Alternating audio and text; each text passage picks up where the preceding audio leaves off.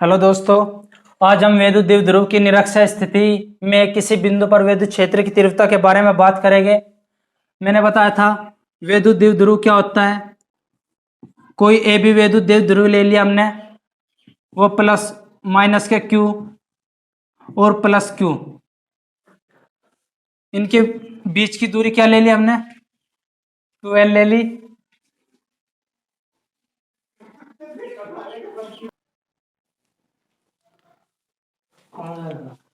ठीक, A B वैद्युत द्विध्रुव ले लिया और वो माइनस क्यू और प्लस क्यू आवेशों से मिलकर बना, उनके बीच की दूरी क्या है, 2L है। उसके मध्य बिंदु से और दूरी पर हमें कोई बिंदु दिया है P, उस पर वैद्युत क्षेत्र की तीव्रता क्या करनी, हमें ज्ञात करनी। ठीक, तो पाइथागोरस प्रमेय से पहले तो हम यहां से लेके यहां तक की दूरी ज्ञात कर लेंगे। पाइथागोरस प्रमेय से ज्ञात करी, जब यहां से लेके यहां तक की दूरी क्या होगी, ये 2L है, तो इसे हमने के में डिवाइड कर दिया, L और L में। तो पाइथागोरस प्रमेय से निकाल लिया हमने यहाँ से यहाँ तक की दूरी आर स्क्वायर प्लस में L स्क्वायर, और ये भी दूरी क्या हो जाएगी, आर स्क्वायर प्लस में L स्क्वायर। ठीक, माइनस क्यू आवेश के कारण वैद्युत क्षेत्र की तीव्रता की दिशा अंदर की तरफ क्यों होगी, और प्लस क्यू आवेश के कारण वैद्युत क्षेत्र की तीव्रता की दिशा क्या होगी, बाहर की तरफ को होगी।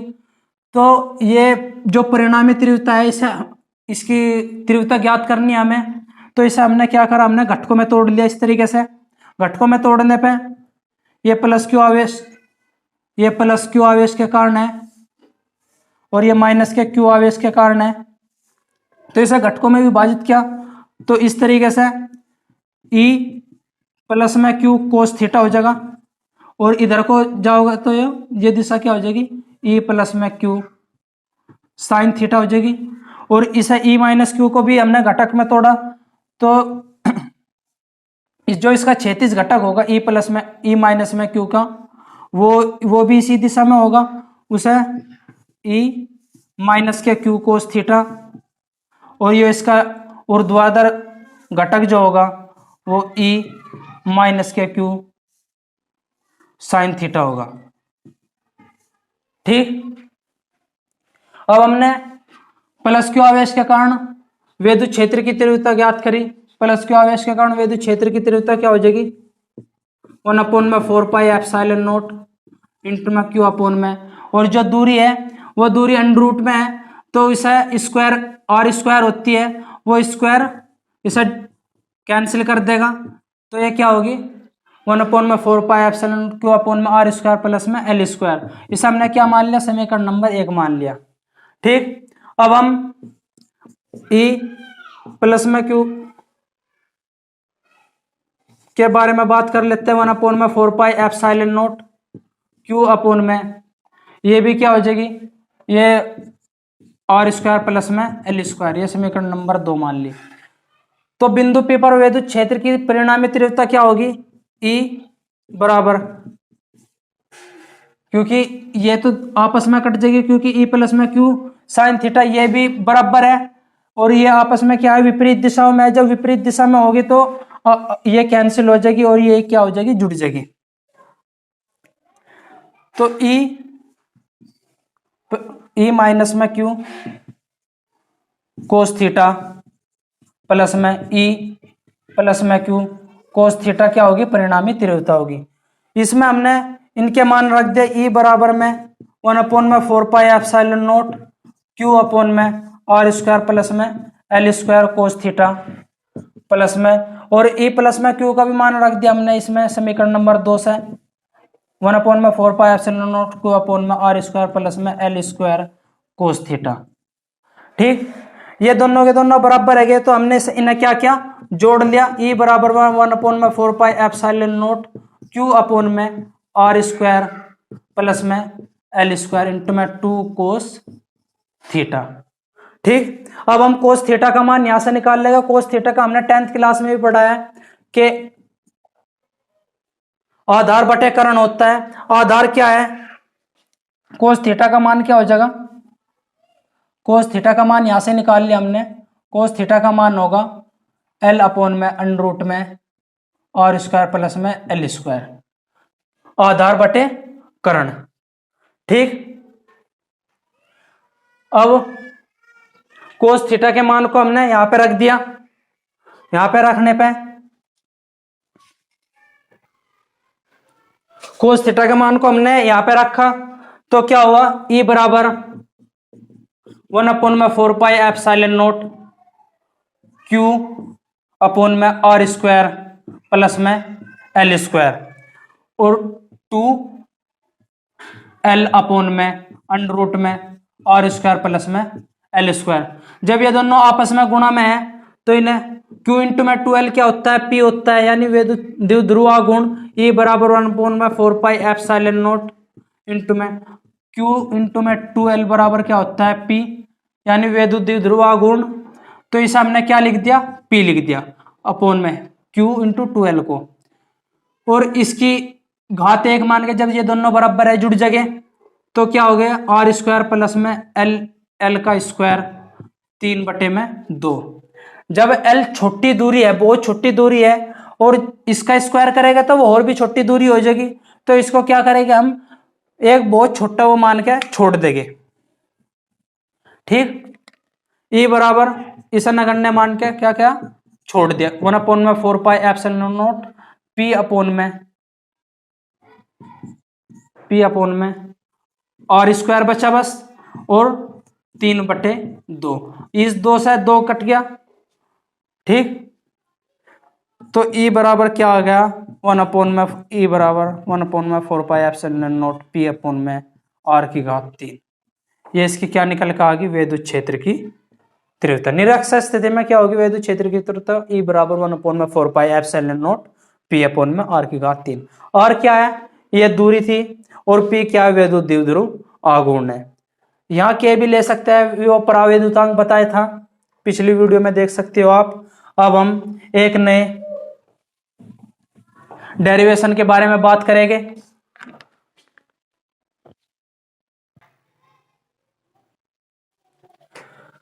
अब यह दूसरा डेरिवेशन है, एक समान बाह्य विद्युत क्षेत्र में रखे विद्युत द्विध्रुव पर लगने वाला बल गुण। कोई एक समान विद्युत क्षेत्र है इस तरीके से,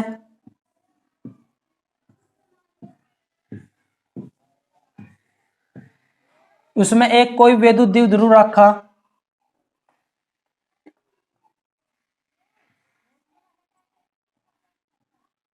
ठीक, वो क्या मान लिया हमने, -q आवेश और +q आवेश से मिलकर के बना हुआ है। ठीक, उनके बीच की दूरी क्या होगी, 2l। माध्यम क्या मान लिया, परावैद्युतांक, यानी परावैद्युतांक क्या मान लिया हमने, k मान लिया। ठीक, जब ये एक समान बाह्य विद्युत क्षेत्र में रखा हुआ है, एक समान विद्युत क्षेत्र में रखा, तो इस पर 2 बल कार्य करेंगे। एक तो बल ये होगा कि इसे इस दिशा में मोड़ने का प्रयास करेगा, और एक इस दिशा में, तो यानी तो प्रत्यायन बल युग्म बल प्रत्यायन बल, एक प्रत्यायन बल लगेगा इस पर, इस विद्युत द्विध्रुव पर, जो इसे क्या करेगा, इसे विद्युत क्षेत्र के समांतर लाने का प्रयास करेगा। तो इसी जो प्रत्यायन बल होता है, प्रत्यायन बल क्या होता है कि कोई भी एक बल ले लो, यानी इस तरीके से कोई एक बल ले लिया हमने, या तो ये वाला, और उनके बीच की क्या ले ली, क्रियात्मक रेखा की दूरी। यानी प्रत्यायन बल क्या होता है,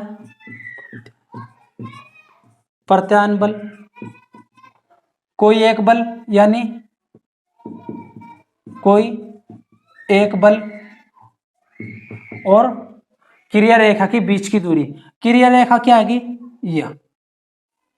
यहां से लेके यहां तक की दूरी, जितने में भी क्रिया कर रहा है, क्रिया रेखा के बीच की दूरी, क्रिया रेखा के बीच की दूरी। ठीक, तो प्रत्यायन बल क्या होगा, इस प्रत्यायन बल को हमने क्या नाम दे दिया, टो नाम दे दिया। टो बराबर क्या होगा, F गुणा में क्रिया रेखा के बीच की दूरी, हमने ऐसा क्या नाम दे दिया था, इसे नाम दे दिया विद्युत द्विध्रुव को AB, और इसे जो क्रिया रेखा के बीच की दूरी है, इसे नाम क्या दे दिया हमने, BC, इसे क्या नाम दे दिया, C। तो यह क्रिया रेखा के बीच की दूरी क्या होगी, B सी। ठीक, जब ये बी सी होगी, हम एफ बराबर क्या लिखा करें, ई अपोन में ओ, ई बराबर क्या लिखा करें, एफ अपोन में क्यू। ई बराबर विद्युत क्षेत्र की तीव्रता, यानी एकांक आवेश को विद्युत क्षेत्र के बीच लाने में क्या क्या कार्य को क्या कहते हैं, विद्युत क्षेत्र की तीव्रता। तो इसे हम क्या लिख सके, एफ बराबर क्या हो जाएगा, एफ बराबर ई क्यू। तो एफ बराबर क्या लिख लिया हमने यहाँ, ई क्यू लिख लिया, और गुणा में। अब हमें बीसी ज्ञात करनी है। बीसी क्या है, यानी क्रिया रेखा के बीच की दूरी है। तो ऐसा कोई, जब यह थीटा कोण पे रखा, यह मान लिया हमने यह थीटा कोण पे रखा हुआ है, ठीक, थीटा कोण पे रखा, तो हम ऐसा वो देखेंगे जिसमें ये यानी कर्ण और क्या आवे, ये लंब आवे। तो कर्ण और लंब कहीं में है, तो साइन में है, यानी साइन बराबर क्या हो, लंब बटे कर्ण होता है। लंब क्या है, लंब होगा AC, साइन थीटा बराबर क्या होगा AC, और कर्ण क्या होगा 2L। तो AC बराबर क्या निकल का आगा, AC बराबर आगा 2L इंटू में साइन थीटा। तो AC की जगह क्या रख देंगे हम, 2L sine theta, 2L sine theta. ठीक, हम जानते हैं कि Q इंटू में 2L बराबर क्या हो, P, विद्युत ध्रुवा गुण P, और E ऐसा कैसे रखा, PE साइन थीटा। अगर हम इसका सदिश रूप लिखना चाहे, यानी टो का, टो बराबर क्या हो जाएगा, तो P क्रॉस E। तो यह कैसी राशि हो जाएगी, यानी बल आघूर्ण क्या, यह हो जाएगी सदिश। ठीक है, सदिश राशि हो जाएगी क्योंकि क्रॉस आ रहा। अगर हमें इसकी वो निकालनी हो, इसका मात्रक निकालना हो, विमान निकालनी हो, तो ई की यानी विद्युत क्षेत्र की तीव्रता की विमान रखेंगे, और विद्युत द्विध्रुव आघूर्ण की विमा रखेंगे, तो इसकी बल आघूर्ण की विमा भी निकल के आ जाएगी। ठीक है, अब हम नेक्स्ट वीडियो में मिलते हैं एक नए टॉपिक के साथ। Thank you.